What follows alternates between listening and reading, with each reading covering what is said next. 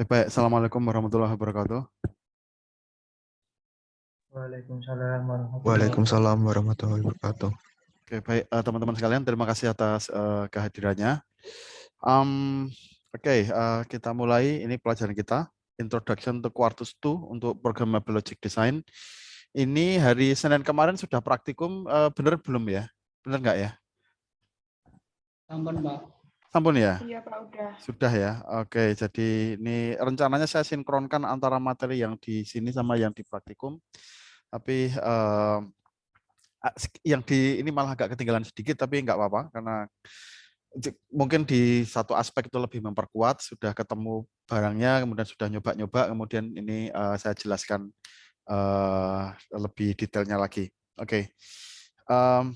Jadi praktikum yang satu, yang hari kemarin itu masih pengenalan, kemudian mencoba Quartus, kemudian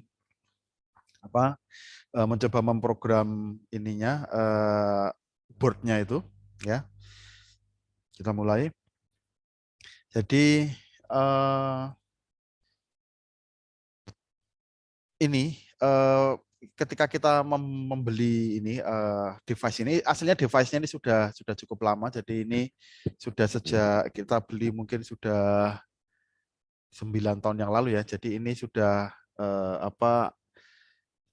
sudah saatnya ini sebetulnya sudah saatnya kita perbarui, akan tapi ini masih sangat berjalan sangat baik ya. Cuman softwarenya yang tidak bisa diupdate, jadi softwarenya itu maksimal sampai 13 SP1 ya, 13, kemudian service pack 1. Tapi in any case tetap sangat bisa dipakai untuk belajar. Oke, jadi ketika software ini kita beli itu it is supplied with no predetermined logic function. Jadi ketika kita mempunyai yang ini DE1 ini boardnya itu tidak ada logic function yang berada di dalamnya. Oke. Jadi ini program by user to implement any digital logic function. Jadi ini perlu diprogram oleh penggunanya untuk mengimplementasikan fungsi logika digital yang kayak apapun gitu ya. Jadi kita bahkan bisa membuat mikroprosesor di dalamnya seperti itu ya. Jadi kalau mata kuliah arsitektur komputer mestinya ada hal semacam itu. It requires specialized computer software for design and programming. Jadi kita perlu alat khusus ya untuk software khusus untuk memprogram ini, dan kita memakai, karena kita memakai Altera berarti kita memakai Quartus ya pasangannya ya. Altera sudah dibeli oleh Intel kira-kira 5 tahun yang lalu, sehingga sekarang itu masuk ke Intel FPGA software. Kalau kita cari di internet itu Intel FPGA software itu nanti akan masuk ke Quartus ya. Jadi masuk ke FPGA software Quartus Prime ya istilahnya kalau sekarang ya. Tapi ini software untuk device kita ini itu mentok sampai versi 13. Kalau sekarang sudah sampai versi 21 dan sebagainya. Oke, baik. Untuk itu kita menginstal ini, dan mungkin di komputer teman-teman mungkin sudah diinstal, nanti diperlukan untuk membuat PR atau project yang insya Allah nanti akan diadakan, kemudian belajar sendiri dan sebagainya. Jadi yang saya tekankan di sini ini ini bukan mikroprosesor ya. Jadi kalau mikroprosesor itu sudah ada logiknya, kita tinggal memerintahkan bagaimana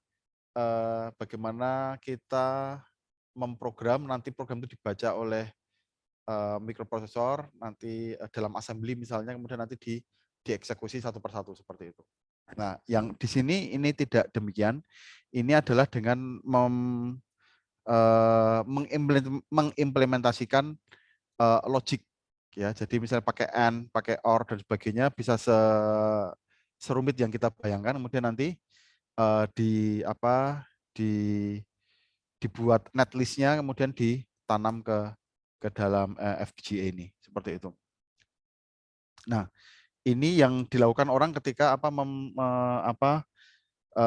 membuat IC ya. Jadi kita memprogram IC ceritanya. Jadi misalnya kita mau merancang IC untuk handphone ini misalnya, kan di dalamnya tidak hanya Snapdragon kan. Jadi ada IC untuk untuk kameranya, untuk ini, untuk ini. Nah, ini orang merancangnya melalui alat-alat seperti ini. Kalau Intel FPGA itu dengan Quartus, kalau Xilinx itu sekarang juga sudah dibeli oleh AMD ya. Jadi AMD itu sekarang juga sudah mulai bergerak ke arah sini karena apa?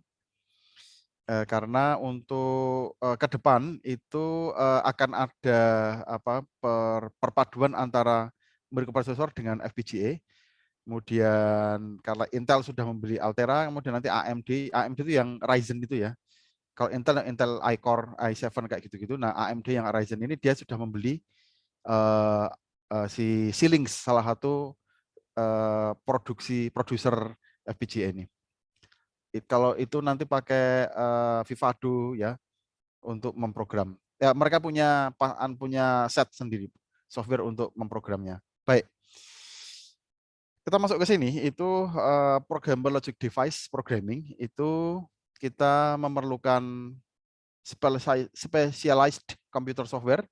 Contohnya Altera Quartus 2. Quartus 2 ini duanya II-nya itu memang include seperti itu. Program through a series of steps. Jadi diprogram dengan langkah-langkah yang sudah kita yang harus dipelajari ya, gitu. Jadi ini saya tampilkan di sini. Jadi ini programnya. Jadi kalau kita praktikum duluan itu kayaknya ada keuntungan juga. Sudah melihat barangnya, kemudian ketika hadir di sini itu sudah langsung paham seperti itu. Oke, baik. Ini programnya nanti bentuknya seperti ini. Mungkin udah tahu ya. Kemudian ini alatnya yang di lab ada 7 buah kalau nggak salah. Jadi dipakai, kemudian diprogram, kemudian ditanam di sini. Ini contoh programnya, contoh softwarenya, tampilan softwarenya maksudnya. Nah, FPGA is a logic device that contains two-dimensional array of generic logic cells and programmed switch. A logic cell can be conjured, i.e. programmed to perform a simple function, and a programmable switch can be customized to provide interconnection among the logic cells. Jadi yang semacam ini banyak ya, ada puluhan ribu, belasan ribu tergantung IC-nya. Kemudian ini nanti diinterkoneksi melalui ini programmable interconnect. Jadi kita bisa bilang bahwa ini fungsinya apa, kemudian ini dikonekkan atau tidak seperti itu. Tapi kita tidak langsung mikir ke sini ya, kita ada interface sudah dibikinkan oleh ratusan orang-orang yang lebih pintar itu untuk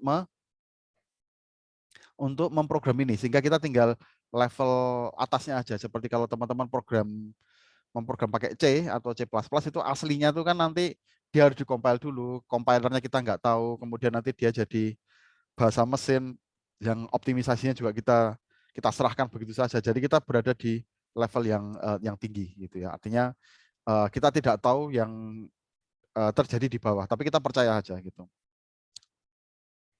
A custom design can be implemented by specifying the function of each logic cell and selectively setting the connection of each programmable switch. Jadi kita memilih ini, kemudian kita membuat koneksi yang tepat itu ya. Once the design and synthesis are completed, we can use a simpler adapter cable to download the desired logic cell and switch configuration to the FPGA device and obtain the custom circuit. Oke. Ada juga memakai lookup table. Jadi ini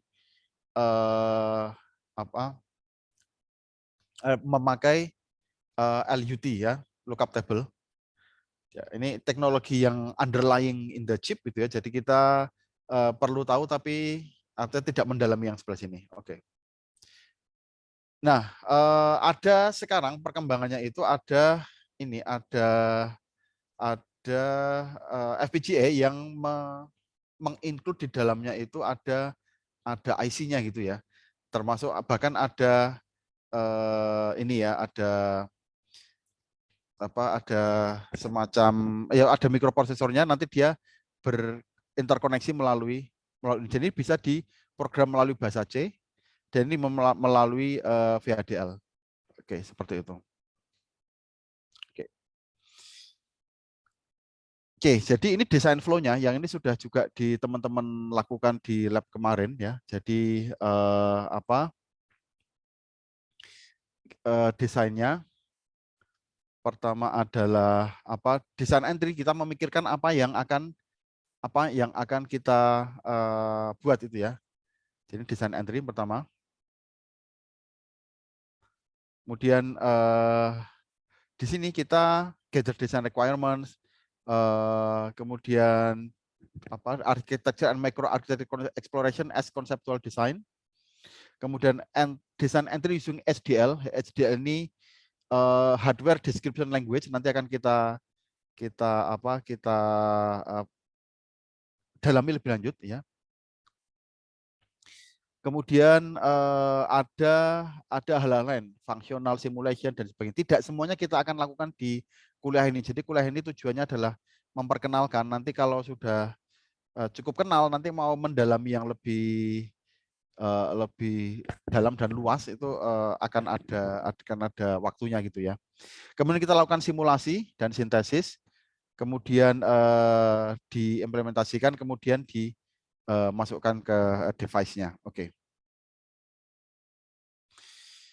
Nah, keuntungan memakai programmable logic device ya, programmable logic device itu adalah saves on number of chips used. Jadi kita akan menghemat jumlah chip yang digunakan. Jadi kalau kita pakai logic yang biasa kita pakai ada IC 775 seri 75 itu ya. Kemudian seri CMOS, ada yang TTL seperti itu kan chipnya banyak ya. Jadi ada N sendiri, kemudian pinnya perlu kita solder dan sebagainya. Saves on different types of chips used. Jadi ragamnya itu kita tidak usah terlalu macam-macam. Kemudian memperpendek proses desain, kemudian akan fleksibel. Ini keuntungan memakai PLD, dan tentu ada hal yang harus dibayar dengan kita memiliki keuntungan ini. Harga yang dibayar adalah yaitu lebih mahal gitu ya. Jadi chip ini relatif lebih mahal daripada chip yang umum seperti itu. Baik. Nah, desain inputnya itu kita bisa memakai dua setidaknya, dua jenis ya. Dua jenis, jadi memakai visual based ya, memakai desain berdasarkan visual, artinya tarik, klik, geret, kemudian disambung-sambung kabelnya dan sebagainya. Ini adalah visual based design, dan ini contoh gambarnya ini sudah kita bahas sudah teman-teman alami juga mungkin di lab kemarin ya. Kemudian ada ini hardware description language, HDL, hardware description language. Ini adalah istilah umum ya, tidak secara khusus. Nah, yang khusus itu namanya nama bahasanya. Jadi ada kita memakai VHDL, kemudian ada juga namanya Verilog, kemudian ada sistem Verilog gitu ya. Jadi kalau pertama kita harus milih ya, namanya juga kita belajar itu alatnya kita milih. Kalau enggak Altera, Xilinx ya, Xilinx. Sama bagusnya ya. Altera sekarang sudah dibeli oleh Intel.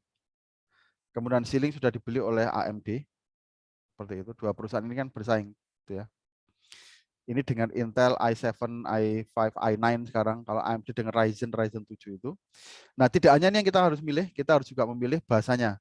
Ini ada VHDL, Very High Speed Hardware Description Language gitu ya. Tapi sekarang namanya sudah VHDL ya, sudah orang pakai VHDL, tidak ingat sebenarnya ada sebuah ada kepanjangan di balik itu. Kemudian ada juga yang namanya bahasa bernama Verilog, kemudian sistem Verilog. Kita memakai VHDL ya, bukan apa-apa karena umumnya ini dosennya bisanya apa, kemudian yang diajarkan itu gitu ya. Dan ini berimbas pada banyak hal. Dulu saat saya pertama belajar ini pakai VHDL, maka sekarang ini VHDL. Ini juga ada sedikit cultural ya, tentu saja. Jadi kalau di Amerika itu lebih banyak Verilog. Kalau di Eropa Eropa daratan itu lebih banyak pakai VHDL seperti itu. Kemudian kalau di Indonesia sendiri itu kayaknya juga kebanyakan VHDL. Kalau saya nggak salah di UI itu VHDL juga, kemudian di UGM, ITB, Undip, di ITS juga kalau saya nggak salah ini pakai VHDL juga. Jadi ini di Indonesia sepertinya ini yang paling populer gitu. Nah, Verilog ini di US ya, di Amerika sering pakai Verilog untuk desain entry. Desain entry. Kalau dua perusahaan ini semuanya di Amerika, Altera juga, Xilinx juga. Oke. Nah, ini sedikit tentang sejarah bahasa ini. Ini saya pernah memprogram di keduanya dan ya sama-sama enak juga seperti itu. Nah, kemudian ada sistem Verilog. Sistem Verilog ini baru, akan tapi dia merupakan superset ya, superset dari Verilog. Jadi Verilog ada, kemudian dibikin lagi di atasnya sistem Verilog. Dan ini lebih powerful kalau untuk testing orang pakai sistem Verilog ini. Oke. Dan ini bisa dikombinasi ya. We can combine them in a hierarchical design. Nanti kita lihat apa maksudnya hierarchical design. Jadi kita bikin satu file, satu desain. Kemudian desain ini di-include di sebuah desain yang lebih besar. Desain yang lebih besar seperti ini. Oke. Jadi dia akan lebih dia berada di dalam, kemudian dia bisa di instannya itu bisa di copy gitu ya. Ini nanti akan sampai ke sana. Contohnya untuk description language itu adalah ini. Contoh entry-nya nanti seperti ini. Jadi ada beberapa elemen yang nanti akan kita pelajari bersama. Kalau pakai gambar itu yang ini. Kalau pakai description language itu yang ini. Oke. Yang ini contohnya ya. Nanti kita lihat. Nah, baik. Contoh ya. Majority vote circuits. Nah, kita diminta di sini untuk mendesain sebuah sirkuit ya. Ini sirkuitnya. Ya, ini gambar blok ya, sebuah blok yang nanti di dalamnya ada sesuatu. Nah, ini salah satu aspek hierarchical design adalah ketika kita membuat suatu entitas, istilahnya itu entitas, nanti di dalam entitas itu kita mendeklarasikan fungsionalitas. Nah, ketika kita mengcompile itu menjadi semacam kita bayangkan sebagai suatu chip yang sudah dipakai di mana-mana fungsionalitasnya. Oke. Ini sebagai contoh. Design a 3 input 1 output circuits that will produce a high output when at least 2 out of 3 inputs are high. Oke. Jadi kita diminta untuk membuat yang semacam itu. Oke. Ini maksudnya apa? Jadi saya punya input 3. Ini kan kombinasional ya, bukan sekuensial. Inputnya A, B, dan C. Seperti itu. Kemudian ketika kita jadi ini outputnya kemudian itu ditentukan dari inputnya, yaitu kalau angka satunya lebih banyak maka dia keluarnya 1. Kalau angka nolnya lebih banyak dia keluarnya 0. Gitu aja. Artinya kita akan melihat lihat ini ABC, yang angka 1 ada 2, oke 1. Yang angka 1 ada cuma 1, berarti lebih banyak nolnya, maka dia akan 0. As simple as that. Gitu ya. Nah, ini gimana caranya nih? Oke, kita buat dulu truth table-nya. Nah, ini truth table-nya. Jadi itu inputnya adalah ini. Input, ya inilah ABC itu ini. Ini inputnya ABC sama dengan ini. Oke.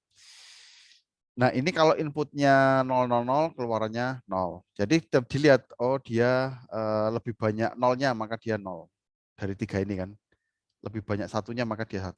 As simple as that. Oke. Kalau ada pertanyaan silakan diajukan. Jadi intinya seperti itu kurang lebih ya. Jadi ada input, kemudian ada ada outputnya seperti itu. Oke. Oke, jadi inputnya seperti itu. Jadi sudah kebayang ya. Jadi tergantung inputnya maka outputnya akan seperti ini. Ini fix ya. Jadi sudah seperti ini. Ini kita bicara kombinatorial. Sirkuit kombinatorial. Sirkuit kombinatorial itu kalau dia berubah inputnya, maka outputnya berubah dan bisa dipastikan. Ya, artinya dia hanya bergantung pada input saat itu. Kalau sekuensial dia bergantung pada input saat itu dan bergantung pada input sebelumnya. Bergantung pada input sebelumnya. Jadi ini ada dua jenis sirkuit digital. Untuk yang saat ini adalah yang kombinatorial atau orang bilang kombinatorial, kombinatorial gitu ya. Jadi dia mengcombine saja, tidak ada urutan gitu. Baik. Nah, kemudian kita menulis persamaan booleannya. Persamaan booleannya seperti apa? Nah, sebelum sampai ke situ, kita lihat ini. Kita ingat kemarin prosedurnya apa? Pakai SOP. Misal pakai SOP ya, kita lihat yang satu mana? Ini satu, kemudian ini satu, ini juga satu, kemudian ini satu juga. Jadi kita melihat ya angka satu mana, kemudian kita n-kan. Kita or-kan ya, kita or-kan. Jadi outputnya aslinya itu seperti ini. Y sama dengan, sebentar, saya harus, oke, yes. Saya hapus dulu.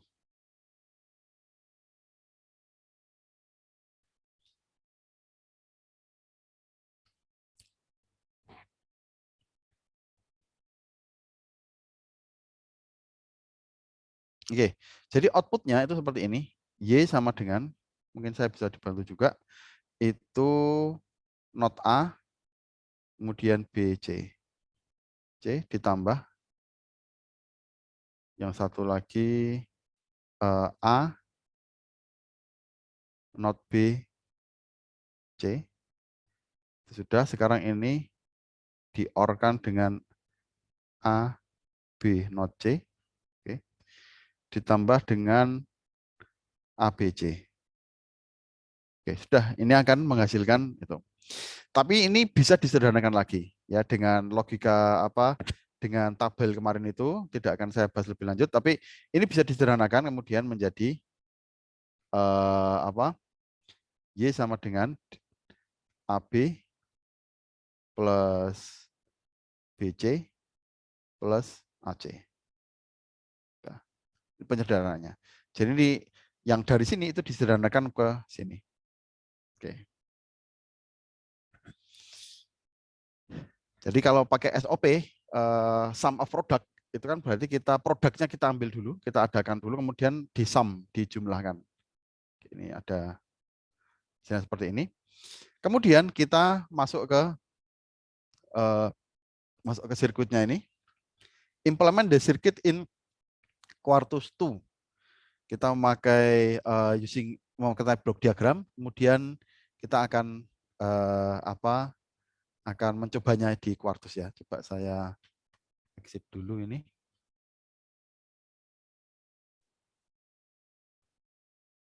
Oke.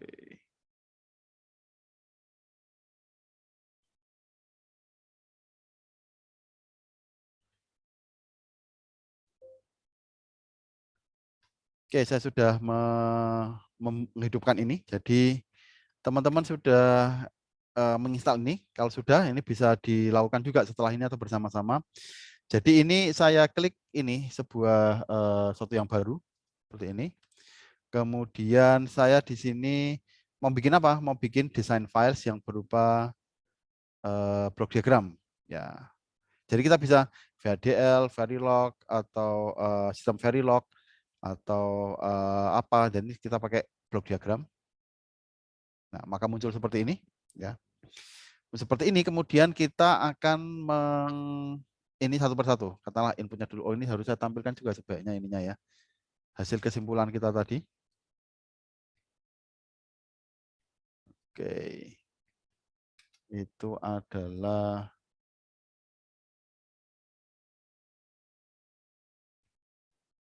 ini. Oke, saya taruh sini.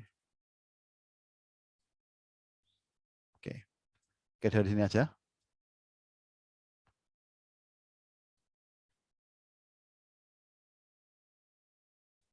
Oke, Y sama dengan AB plus BC plus AC. Yang ini kan.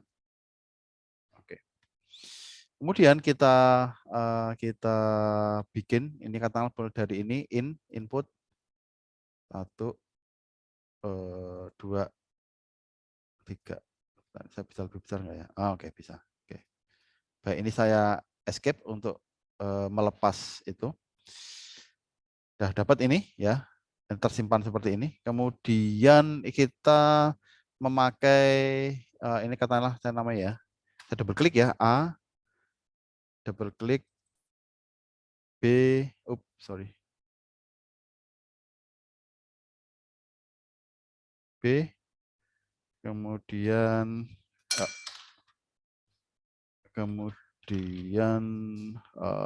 ini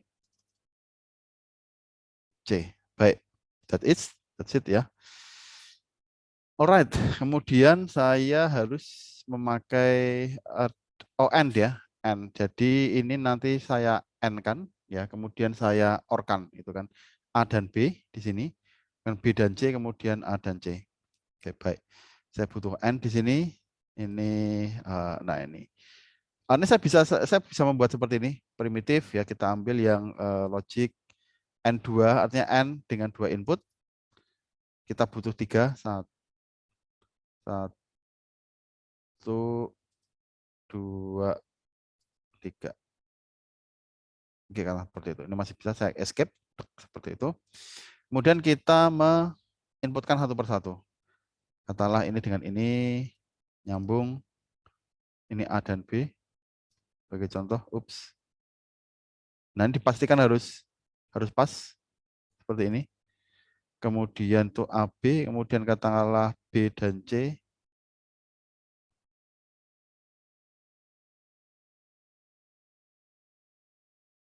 Ini bisa digeser seperti ini. Oke. Kemudian A dan C. Ini A dan C. Oke, semoga tidak salah. Ini kita ulangi, AB, ini BC, ini AC. Ya, benar. Udah jadi N-nya. Kemudian kita butuh satu buah OR lagi. Oke. Satu buah OR ya. Saya klik ini, seperti itu. Kemudian saya bisa cari di sini OR 2 gitu misalnya. Oh, langsung ketemu. OR 2 atau kita cari di ini. Namanya ini di blok primitif logic, kemudian saya klik OK. Oh, kita butuh OR 3 ya. Oke. Saya delete aja. Oke, saya masukkan OR 3 kaki ya. Mau dia, oke. Seperti itu, kemudian saya ini kan. Kemudian saya sambungkan, dah. Sorry. Oke, jadi. Kemudian satu lagi outputnya ya. Ini input output. Saya perlu output, kemudian saya taruh di sini. Escape. Kemudian saya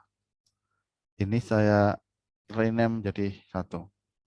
Baik, udah jadi ini.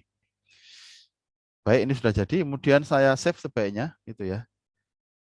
Oh, ini harusnya saya bikin kebalik saya. Ini harusnya kita bikin project dulu ya. Bikin project dulu. Jadi ini new project gitu. Oke, open project, new project ya. Next. Kemudian kita bisa bikin project misalnya terserah kita ya, misalnya di suatu tempat, katakanlah di desktop seperti itu. Kemudian saya nggak sarankan ya. Oke, katakanlah di D. Kemudian kita bikin new folder, katakanlah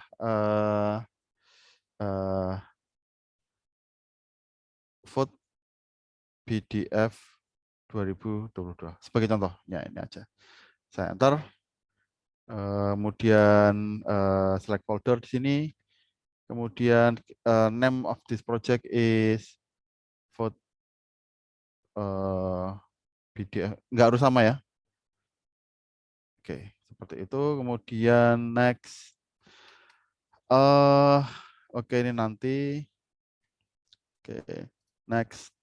Kemudian kita pakai spesifik ya yang kita punyai itu ada di Cyclone 3 atau 2 ya, Cyclone 2 kayaknya yang kita punya itu. Kemudian dipilih yang sesuai dengan punya kita ya yang ada di lab itu. Nah, kalaupun tidak, ini tidak apa-apa untuk saat sekarang. Jadi kita bisa merubahnya di lain waktu ya. Oke, jadi misalnya pilih aja seperti itu. Kemudian next, kemudian finish. Oke. Nah, kemudian ini nanti akan dimasukkan apa yang kita punyai ini, filenya ini akan masukkan ke tadi. Jadi harusnya tadi kita bikin project dulu ya. Kita bikin project dulu, kemudian nanti kita akan membuat file baru. Oke. Tapi nggak masalah juga karena toh kita juga pada akhirnya bikin project ini. Katakanlah ini blok PDF ini majority vote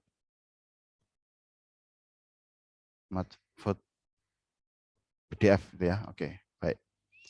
Ini saya save. No. Kita my god. Di mana kita ini? Oke ini. Oke. Oke, ini bentar, file.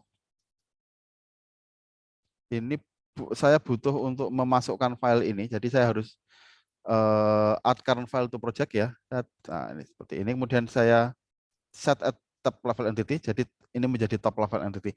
Oke, itu sudah jadi. Saya sedikit cerita tentang top level entity ya. Saya sedikit lupa tadi. Jadi saya butuh ini dulu.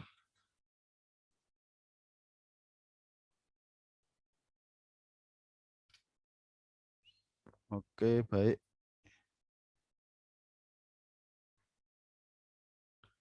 Jadi top level entity itu nanti ini menjadi utamanya gitu ya, kalau top level entity itu. Oke, jadi bentar, ini saya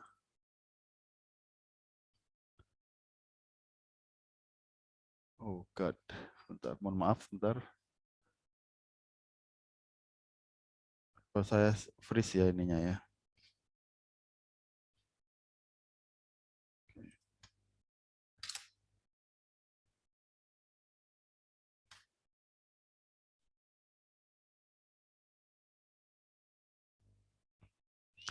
Baik, jadi top level entity itu maknanya adalah itu yang menjadi pintu masuk atau yang menjadi yang paling atas itu ya top level entity. Jadi ketika kita mendesain itu ada hierarki. Jadi ini ada yang paling atas. Kemudian di dalamnya ini itu ada desain file seperti itu. Seperti halnya kalau kita memprogram memakai bahasa C atau Python misalnya atau apa itu kita ada katakanlah yang utama .c, kemudian ini nanti di sini bersama dengan linkernya, compilernya itu akan memanggil file-file yang lain. Ini file yang lain dan sebagainya. Jadi ini pintu masuknya dan kalau bahasa C teman-teman sudah melihat itu pakai main fungsi main ya, fungsi main. Kemudian katakanlah static void main, kemudian di sini ada tanda kurung, kemudian di sini tanda kurung. Nah, compiler C itu akan menengok fungsi main ini sebagai pintu masuk. Sebagai pintu masuk untuk kemudian dia akan memanggil yang lain-lainnya di sini. Saya memanggil fungsi ini, ada saya punya fungsi misalnya kalkulus gitu. Saya fungsi ini dipanggil dari main. Tapi yang menjadi pintu masuk pertama adalah main ini. Seperti itu. Nah, ini konsep konsep yang sama terjadi pada VHDL di mana kita mempunyai top level entity. Jadi kita menentukan top level entity itu adalah ini majority vote ini misalnya. Karena cuma satu, kalau cuma satu ya sudah ini gitu ya. Oke, kita pastikan bahwa majority vote ini nama filenya menjadi top level entity. Nanti kalau VHDL agak beda lagi, akan tapi nggak susah banget. Oke, baik, ini sudah jadi seperti ini. Jadi kita barusan pembikin bersama-sama. Kalau yang di situ juga sudah dibikin juga nggak apa-apa.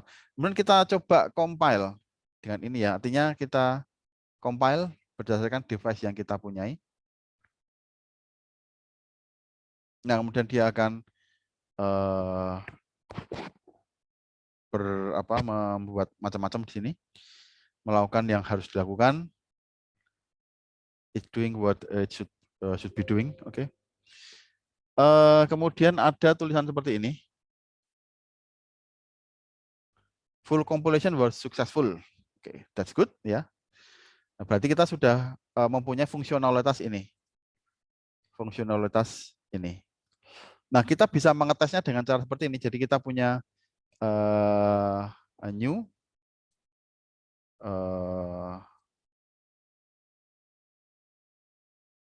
University Program WF VWF. Jadi waveform ya, verification University Program, kita klik OK seperti itu. Nah, kita akan mengisi ini dengan apa? Ini. Jadi pin-pinnya ini, pin-pinnya ini. Ini saya kira di praktikum kemarin sudah ya. Saya ini klik kanan insert node or bus, kemudian node finder, list semuanya saja saya tarik semua ke sini, kemudian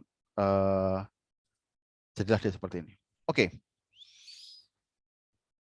Nah,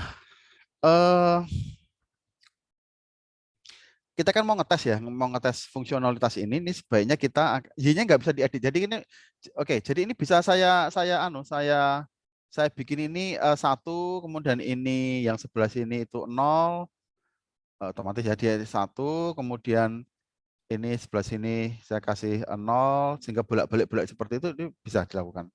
Oke. Nah, sebaiknya kan kita sistematis ya, kan kita akan mengetes fungsionalitas alat kita, rancangan kita. Ya sudah, ini sementara ini saya nolkan dulu. Nah, ini akan kita bikin bergantian 1010. Jadi kita memakai katakanlah A ini itu memakai counter ya, count value itu count every katakanlah karena kita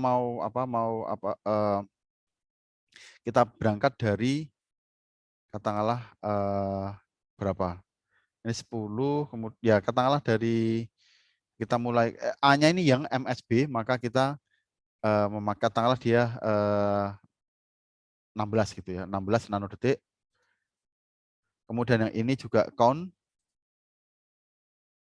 katakanlah 8 seperti itu. Dia lebih cepat ya, seperti itu. Kemudian yang C ini kita pakai katakanlah separuhnya yaitu 4 misalnya seperti ini. Ya. Oke, jadi kemudian kita save. Kemudian kita save sebagai vote gitu misalnya. Oke. Nah, ini kemudian kita run functional simulation. Oke. Nah, itu sudah terjadi.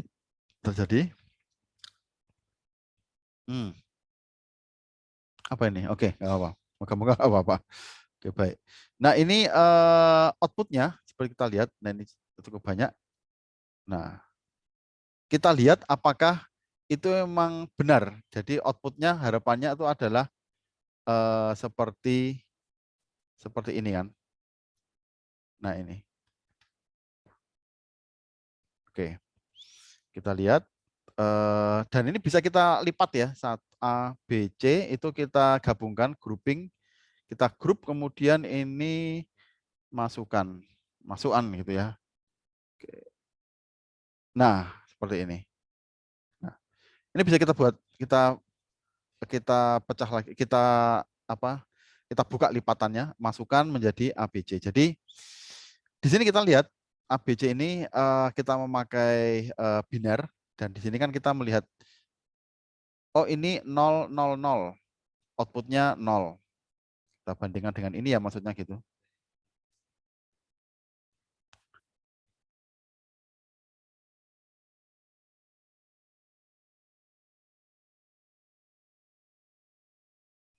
Oke, moga-moga cukup tempatnya ini. Oke. Oke. Jadi ini misalnya 0, 0, 0, ya bisa kita kita lihat di sini. Jadi ini 0, 0, 0, dia outputnya adalah ini 0 di sini ya. Kemudian 001, 001 ini outputnya adalah 0, sama seperti sini.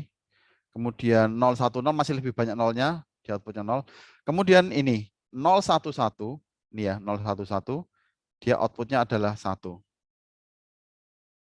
Kemudian 100 kembali ke 0. Kemudian 101 ini, yang ini, dia 1.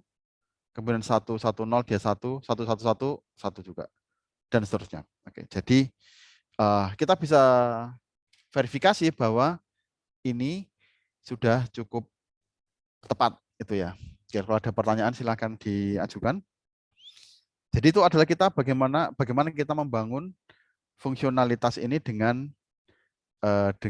VHDL tadi ya. Jadi kita membuat apa ini dengan VHDL, kemudian kita mengcompile dan seterusnya. Oke. Oke. Ada pertanyaan? Tidak, kita lanjutkan ya. Jadi saya sudah mendemonstrasikan kita memakai bagaimana kita memakai sirkuit ini untuk mensimulasikan. Oke, saya lanjutkan ininya. Swap, kemudian ini diperkecil.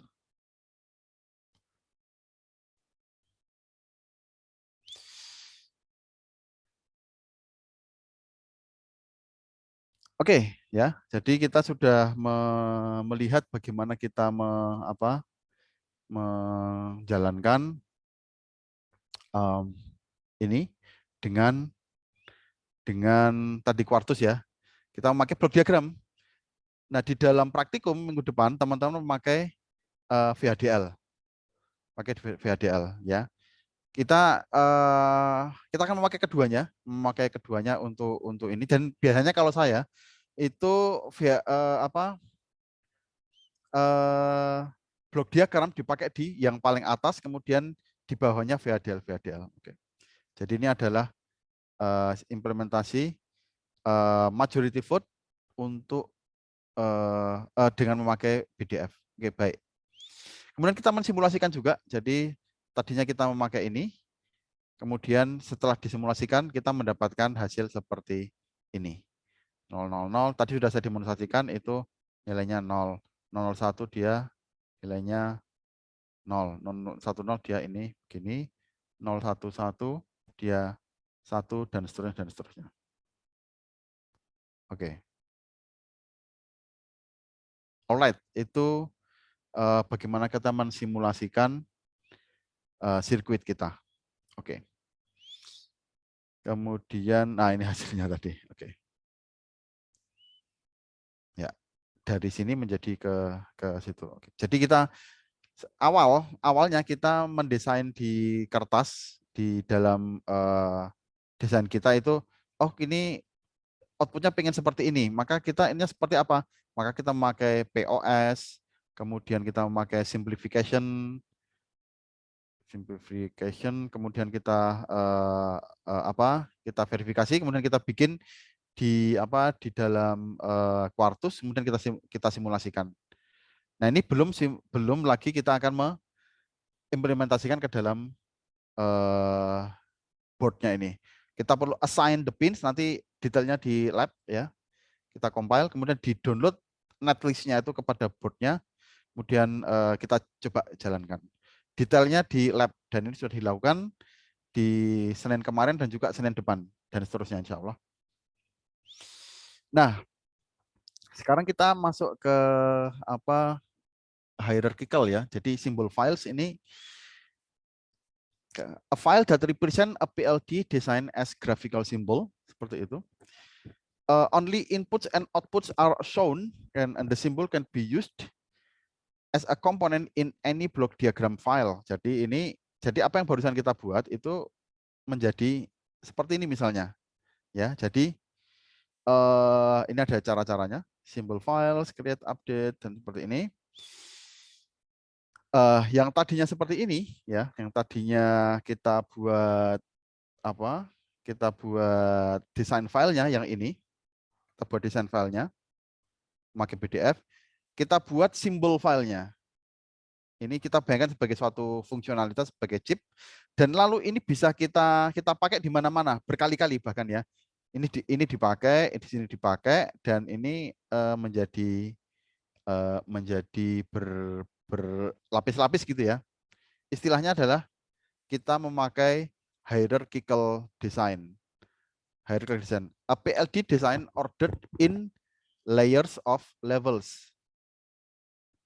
Jadi sebuah desain PLD yang diurutkan berdasarkan apa level layer-layer yang dia bertingkat-tingkat gitu ya. The top level contain components that are themselves complete design. Jadi ini ada desain awal, kemudian lower level component may have even lower level design embedded within them. Jadi di dalamnya ada ini dan bisa jadi ini akan berlapis-lapis lebih banyak lagi. Jadi katakanlah ini dibungkus ya, dibungkus menjadi ini. Kemudian ini menjadi ini masing-masing. Ini instannya ada dua, ini sama ini. Kemudian ini sendiri semuanya dibungkus kemudian dijadikan instan itu tadi. Dijadikan suatu file, suatu entitas di dalam desain yang lebih tinggi. Oke. Mungkin seperti itu. Ini bisa ada contohnya ya, coba kita buat contohnya.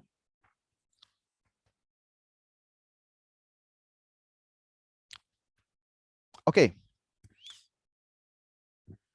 Nah, ini yang barusan kita lakukan kan? Ya, ini katakanlah ini saya bisa ini file create symbol file for current use. Oke, Majorfoot. Oke, langsung aja yes gitu, save. Created. Oke. Nah, ini bisa kita pakai. Katakanlah ini saya pakai di suatu file baru. Ini block diagram. Kemudian ini katakanlah ini saya klik kanan, insert symbol. Kemudian kalau ini tadi ya itu berangkat dari bawaan seperti logic apa and dan sebagainya. Tapi dari yang ini project pakai ini majority vote. Kita bikin dua misalnya ya. Saya barusan pakai Pakai kontrol, diklik sambil kita narik. Nah ini bisa kita buat juga ya, katakanlah ini nanti saya memerlukan input sebanyak 6. 1, 2, 3, enggak berikutnya 5, 4 ya, 5, 6. Kemudian ini tinggal kita sambungkan. Jadi masing-masing ini adalah sebuah instan, istilahnya instant. Jadi ada sebuah konsep kemudian di instantiate di file desain yang lainnya. Oke.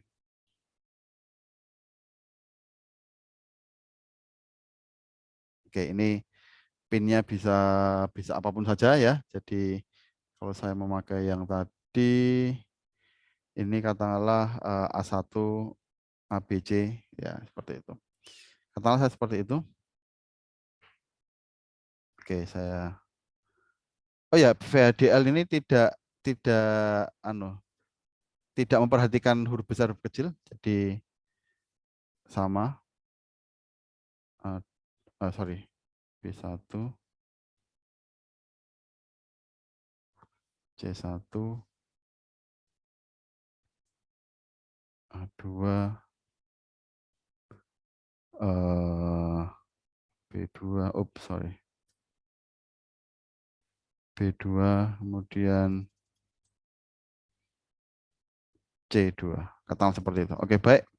Kemudian katakanlah karena suatu hal kita OR-kan ini ya. Jadi memang OR 2 dalam hal ini. OR 2 di sini. Ini disambungkan. Kita sambungkan. Kemudian kita output di sini. Dan ini adalah, sorry. Ya, oke, biname. Kalau tadi itu X, sekarang kita Y ya. Kita pengen sekarang katakanlah apa? Z. Misalnya ya.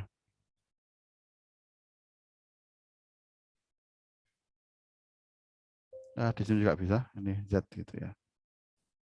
Oke, baik.